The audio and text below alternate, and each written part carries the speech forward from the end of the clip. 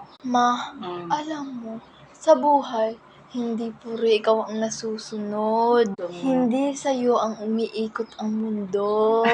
Ang mga tao, hindi lang lagi ikaw ang iisipin.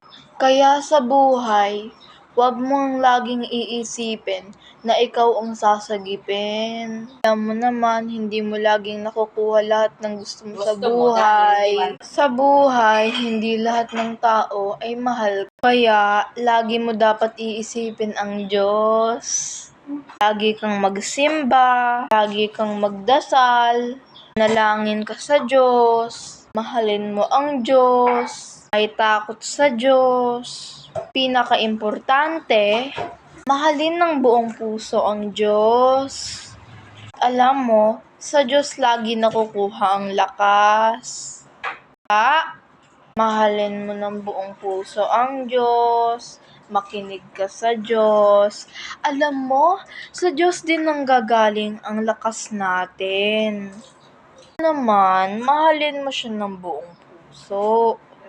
Dapat, takot ka sa Diyos. And I thank you